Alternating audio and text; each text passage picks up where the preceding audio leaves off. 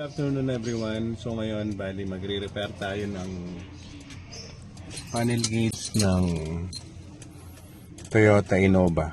Bali yung issue niya is blackout panel gauge. So ngayon, kakalasin mo siya. Tapos re-repair natin. Tapos testingin natin. Okay?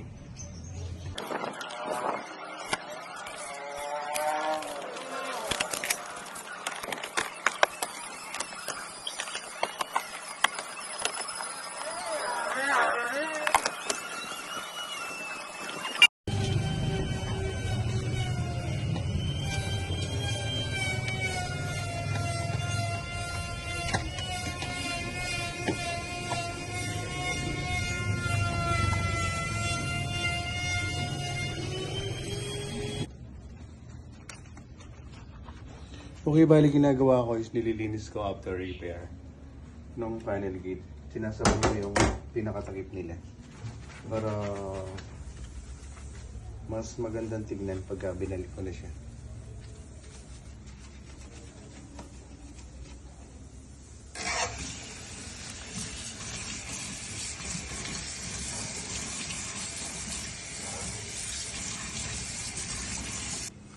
Okay, bali nagawa na natin yung gates, tapos nilinis na din natin yung mga takip niya para magmukha siyang bago pagkakinabit. Tapos subukan natin mamaya sa actual. Okay guys, so ngayon ito yung continuation ng gawa ng video. Bali, testing na natin siya ngayon. Bali, ginawa ko, ni-repair ko, tapos nilinis ko yung mismong panel niya.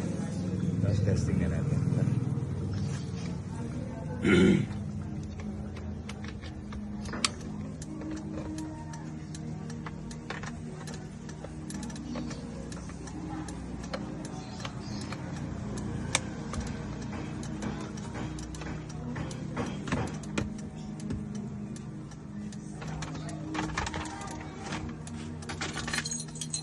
Nagko-copy sila dito sa amin.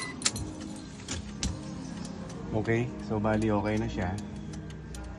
Okay, sa lahat po ng gusto magpagawa sa amin ng panel gates, computer box, rewiring, ABS module, sound system, power lock, power door lock. Punta lang po kayo dito sa amin sa may Madabdab Resettlement. Thank you po guys.